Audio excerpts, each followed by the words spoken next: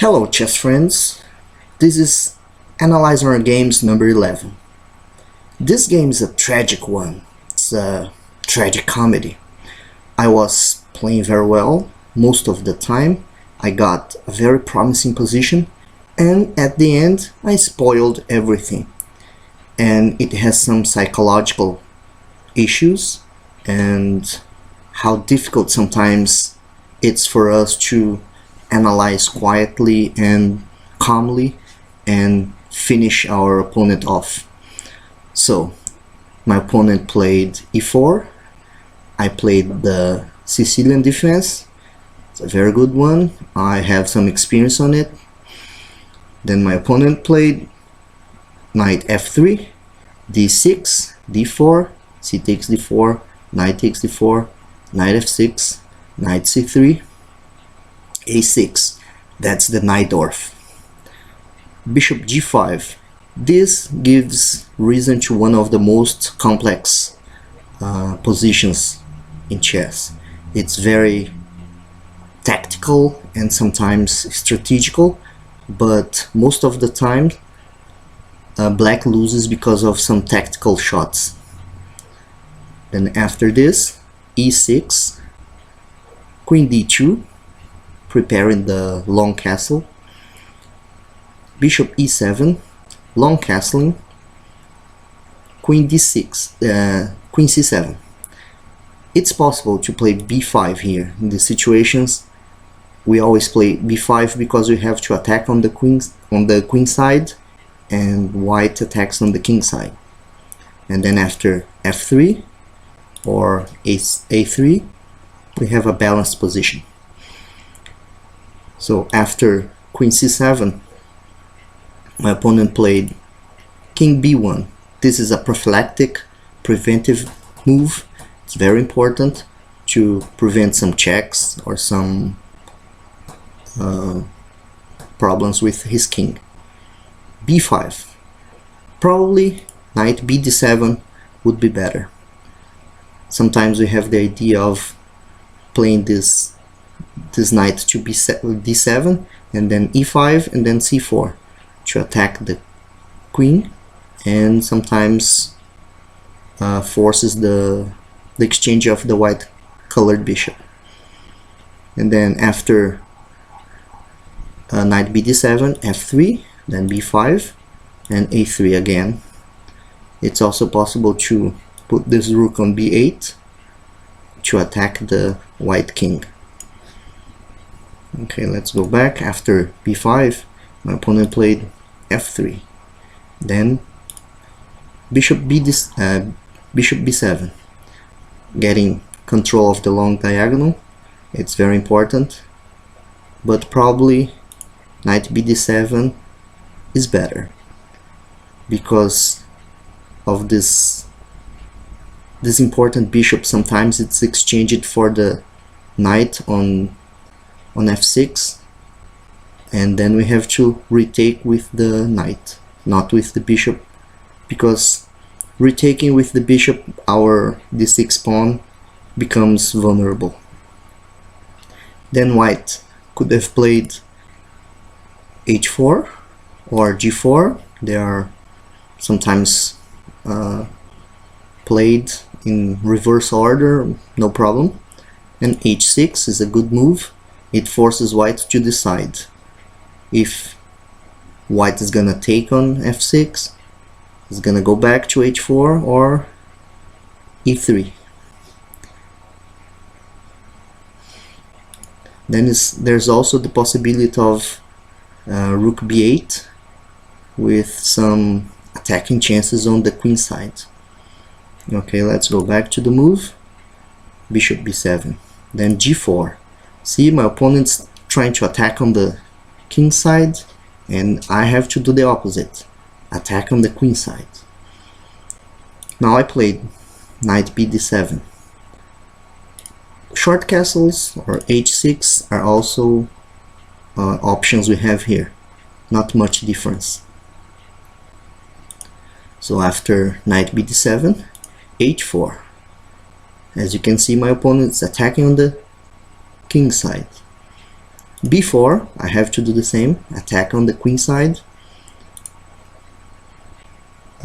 Knight a4, and here I made my first mistake.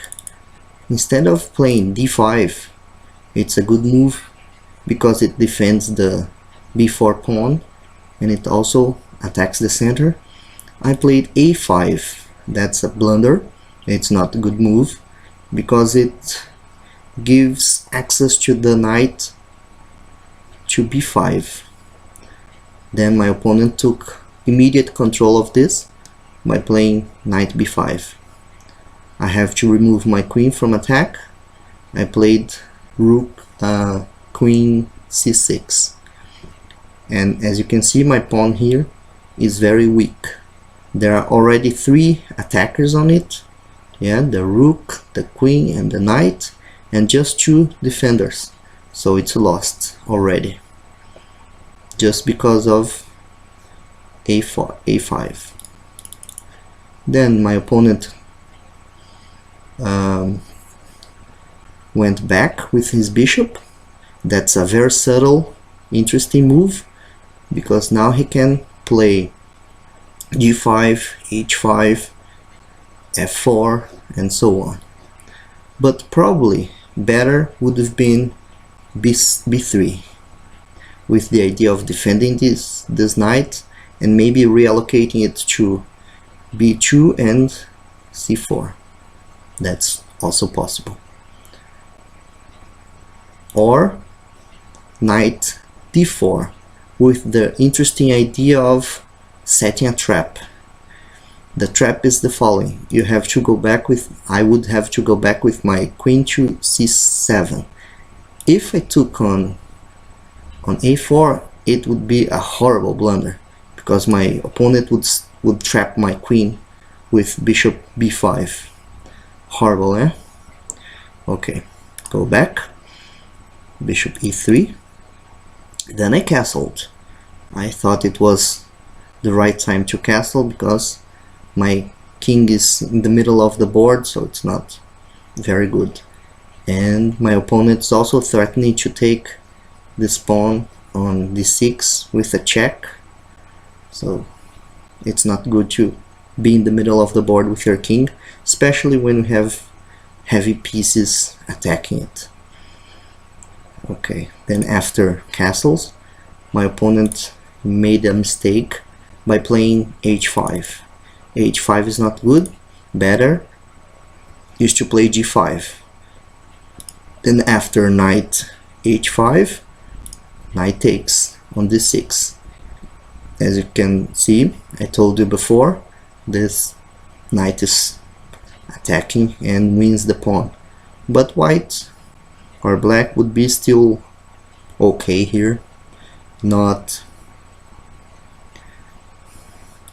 yeah, just one pawn. And usually it's good to exchange heavy pieces. It's usually good for white or for black in this case. So after h5, I played bishop a6. This is not good because my knight here should be in a better place. For example, equality would bring knight e5. Then I have 2 threads here to put my knight on c4, attacking the bishop and the queen. And in case of f4, for example, I can take on g4. So I played this because I wanted to get rid of this knight. This is kind of worrying me. It's usually something psychological when we do this. You make one mistake and then you have to think about it, and sometimes we try to remedy, and the remedy is worse than the disease. That's very common in chess. So after bishop a6, my opponent should have played knight d4. That's better, but he played c4.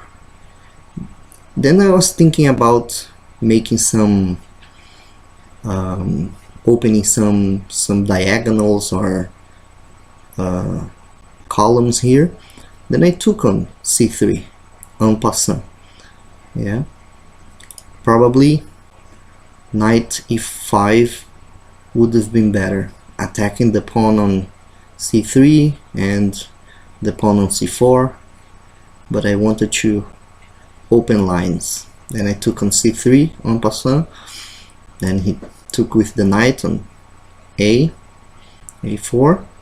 Then now I played knight e5, and he went back with his knight.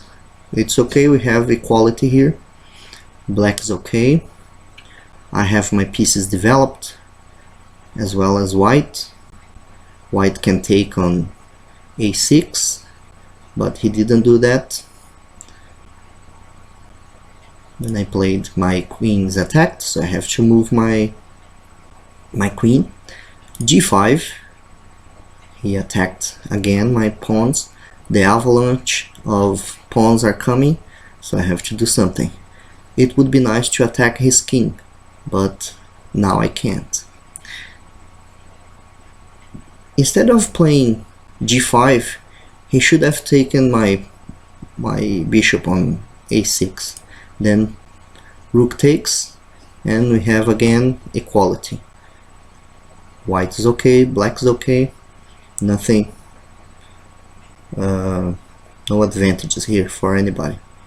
And I have this very nice spot on c4. g5, there's a crazy line here, taking on f3, sacrificing the pawn, the knight, and then knight takes f, knight takes e4, knight takes e4, queen takes e4 check, king a1, and now take black takes on f3, bishop g4, queen e2, bishop takes, rook takes, and according to Stockfish it's draw. Yeah, I don't know, it's a very imbalanced position. There are some passed pawns. White has two rooks, and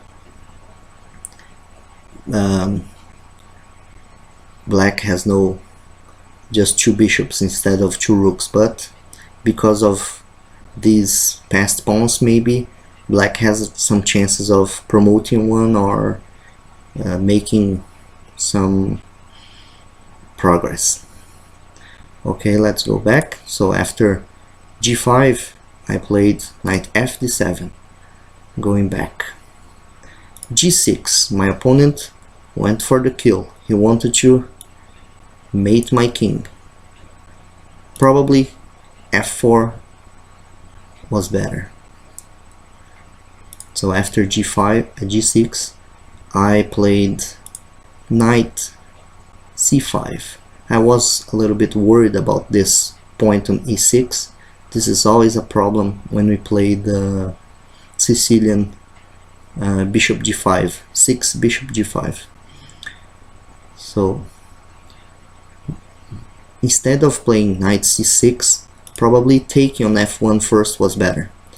But then there's bishop g takes f7 check, rook takes, rook h takes f1, and now knight c5, and the position is equal here. There's nothing important here. I have to try to attack his king, he has to do the same, but now his pieces are a little bit far from my king, so I have probably more chances here, but the position is equal. So after knight c5, my opponent played rook g1.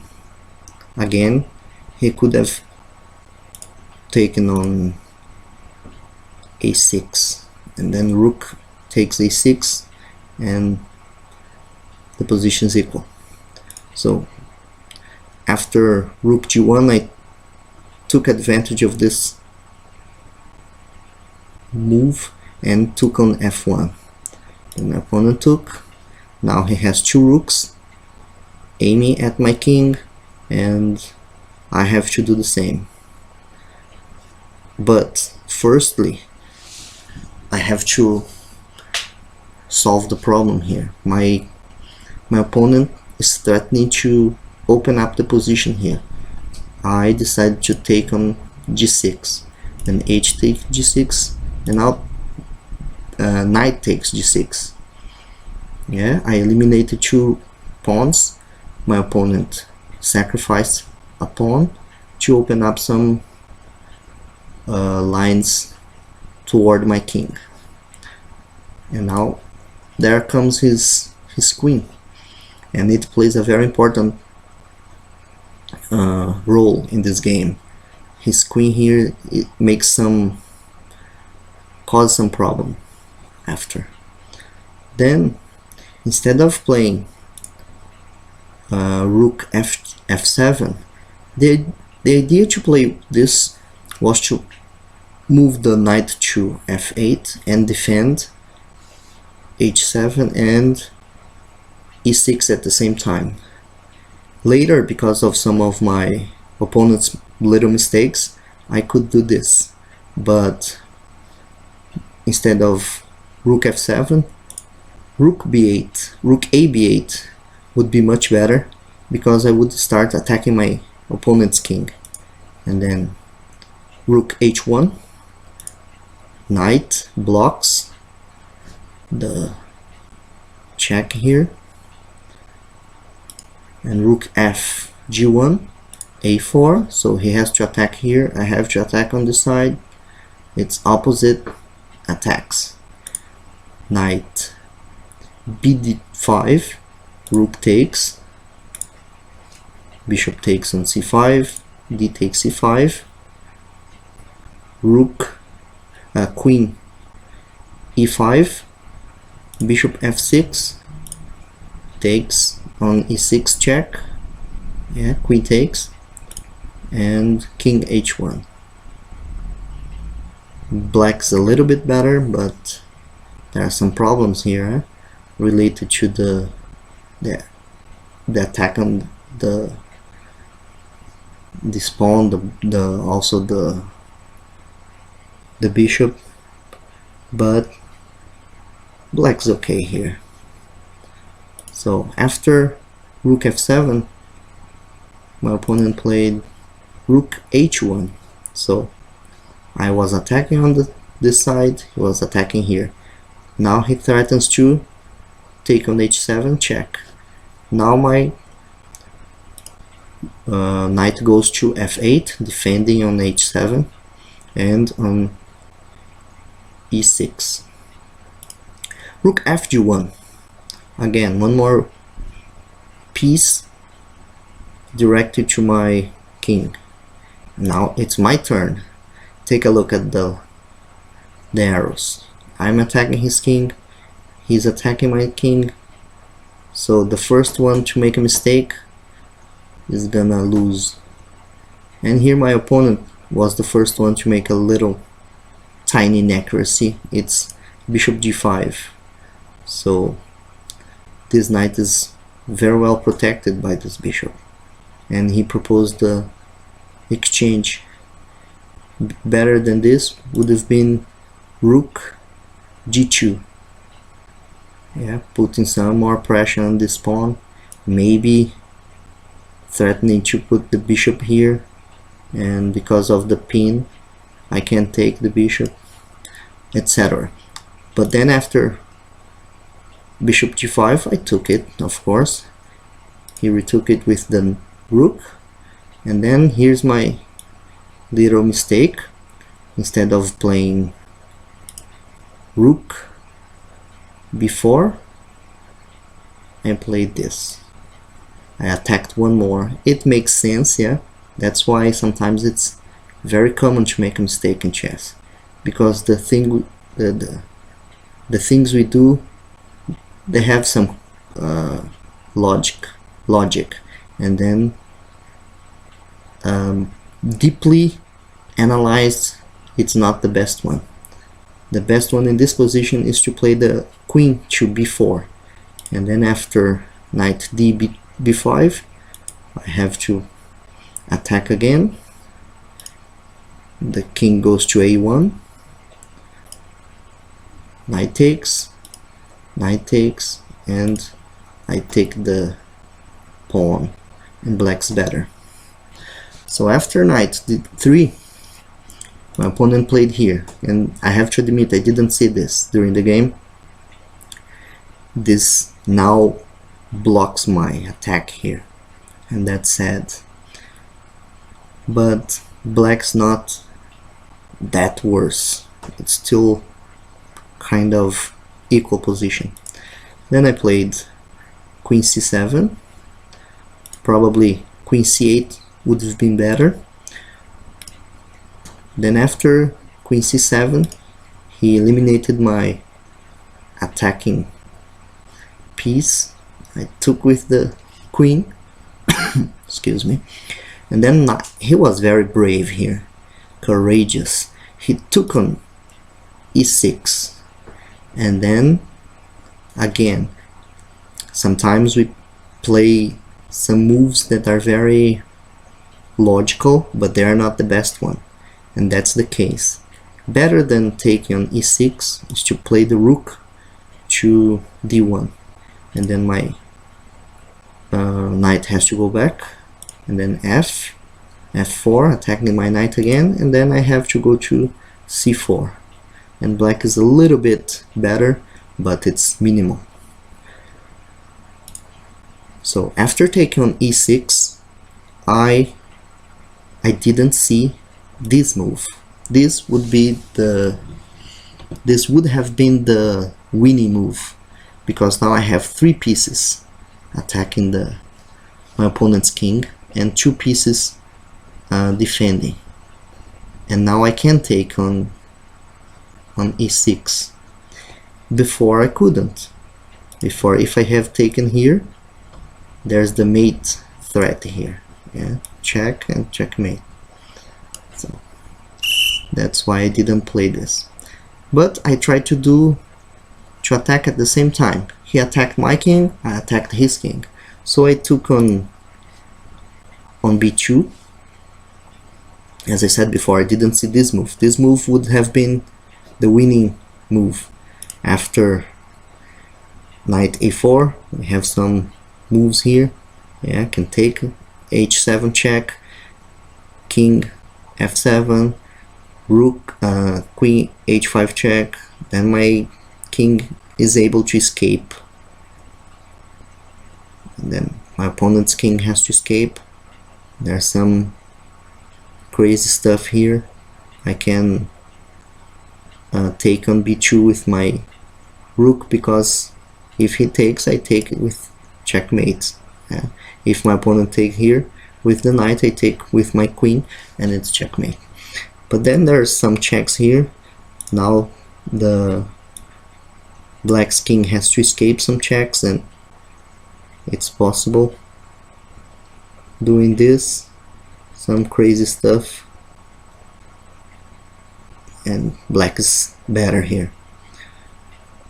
Okay, so after taking on b2, that's not the best move. My opponent took here on f8.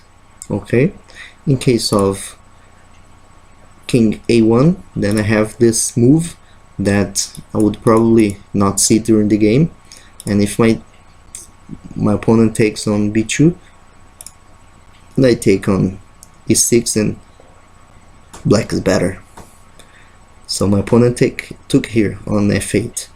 Then I thought this cover check would win the game. It's good, but it's not the best one. The best one is to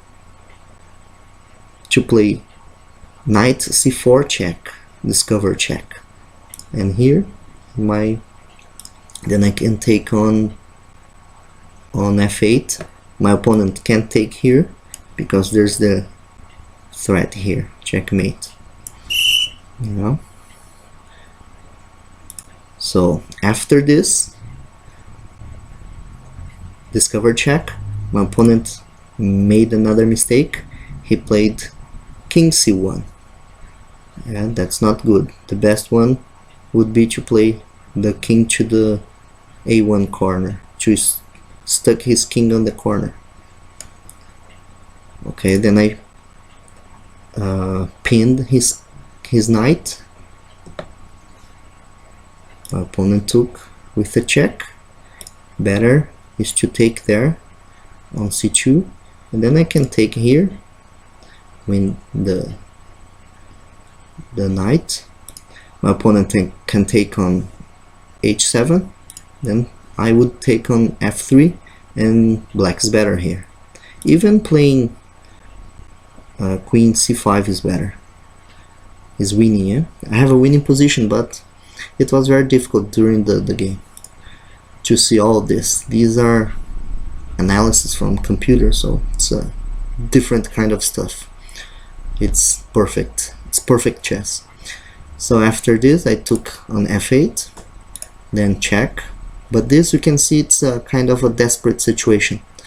White is trying to avoid a loss and checking, but if I can hide my king and put him in a safe situation, a safe place, black wins.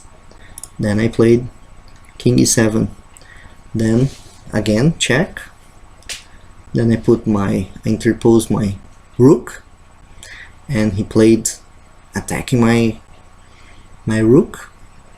I took with a check, and then king d1, and here I still remember vividly, I thought there's a mate here. This position must be winning quickly for black, but I couldn't find something. I thought that moving my knight that was on the rim would be the best option, but no, the best option here to take on f3 with a check, and then knight king d2, the queen goes back, then king e2, queen c2 check, king e3, d takes e5, and mates some moves, because when this knight starts to take part in the game, this king in the middle of the board is gonna be mated. So after this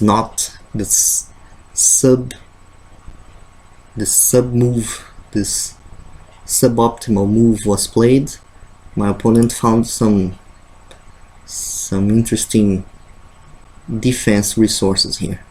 So I took there on f3, he came back with his king d2, and then I did this. Probably better is to take on e5, because after this queen d3, he attacks my knight, and then I have to defend this, and then he goes back to the corner, and this is good. Now I have to take this because my rook is attacked, but now he played this. Excuse me. Okay, and here of course black has a winning position, but this requires some very precise moves, and I didn't find the best ones.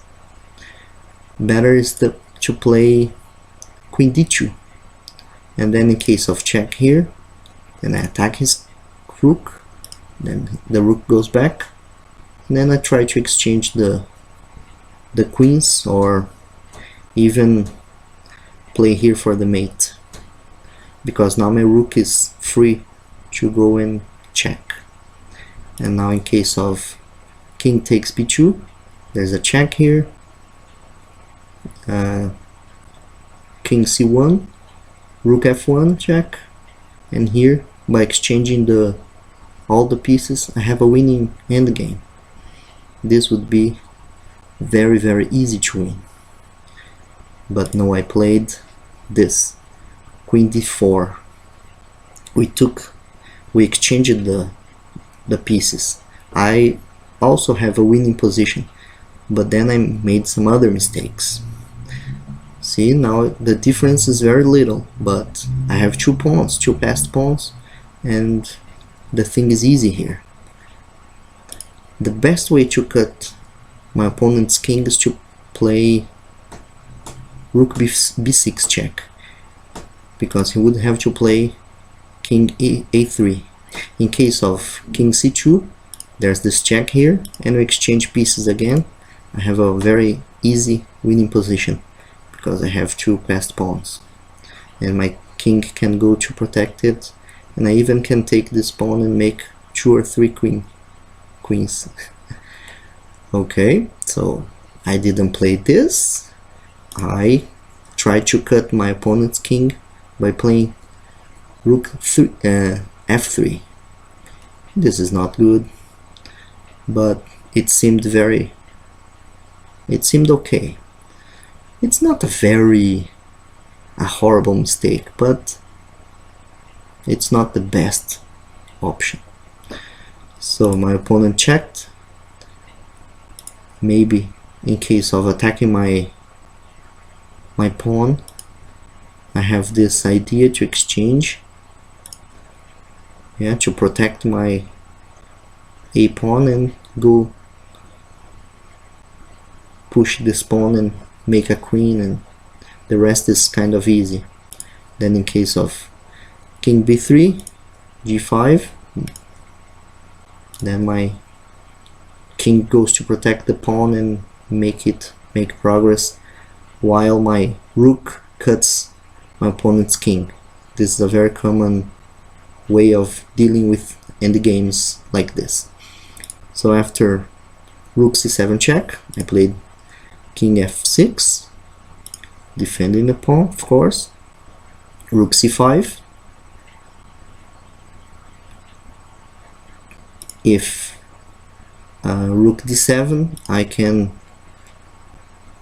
try to put some more pressure on my opponent's king and even sacrifice the pawn on d4, and then check, and the king has to go back to the corner, to the first rank, and g5. This pawn is the winner, and this pawn is protected by the rook, and the king is cut.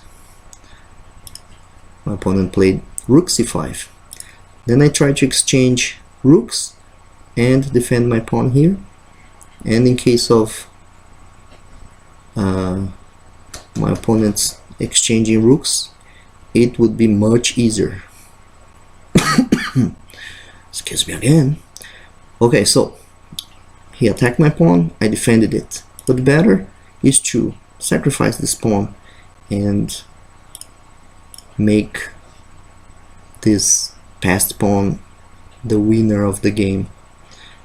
So I try to protect. Sometimes we lose the games because we are too passive. Sometimes we have to sacrifice something in order to get more advantage, but that was not the case here. a4, g5. I was winning.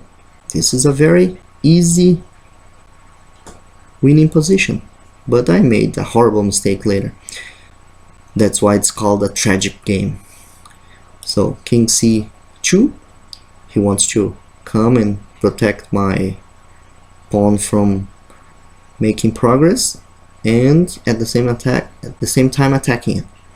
So g4, my pawn is gonna promote.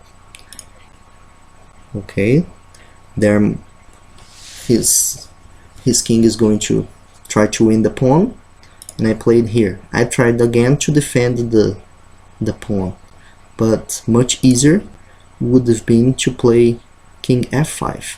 Then in case of rook c8, I make progress. My pawn and king are unbeatable. g3, as you can see, the pawn goes, and rook f1 check, king g4, king c4, rook g5, king takes d4, g2, rook a1, king f3, rook a3 check. The king goes back and hides behind the opponent's king. That's a very good way of dealing with this, and trying to go back and stay behind the pawn, but now I promote, and here the rest is easy. Very simple way to finish off the game. But I played king e5, and after rook c8, this is very important to always stay behind the as far as possible from the king to attack him from the back. And then my pawn goes forward. He attacks my pawn from behind. I defended it. Rook f8 check, and then here would be nice to try to exchange the rooks. Then the position is very easy to win. He would attack I would again try to exchange, and king g4, he goes and my pawn goes, and now the rest is very easy. He takes, I go and attack his.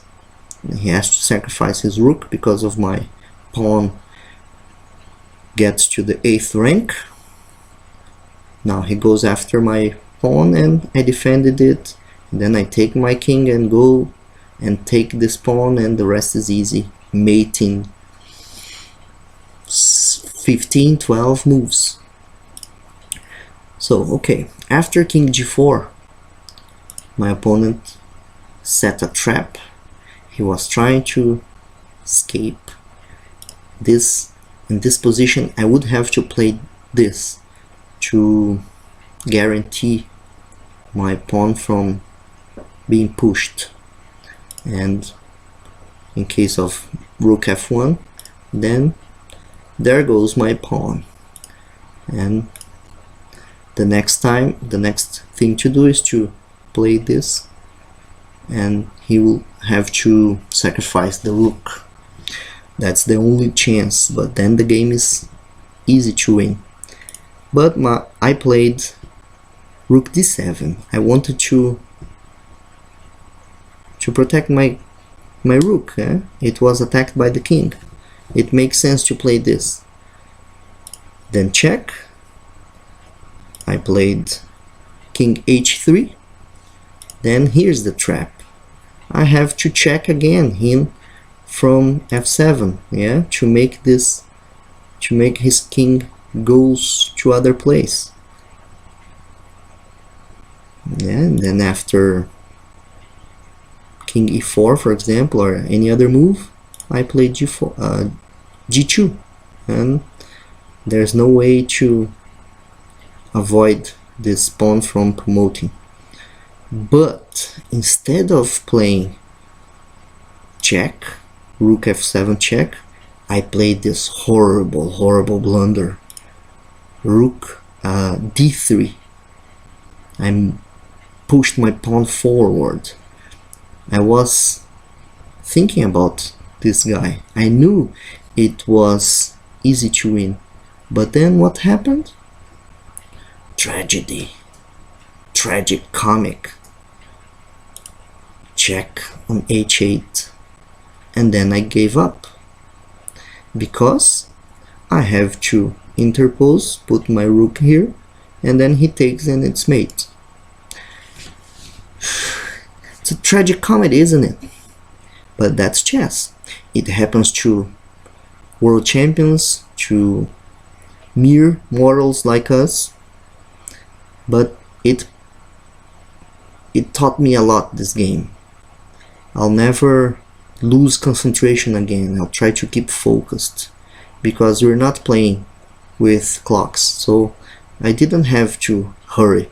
I just had to stop and think, because most of the times we lose some games because we don't pay attention to our opponent's threats, and this is a thing that we have to change in order to play a better chess. I hope you liked it as much as I did and learned something from this game.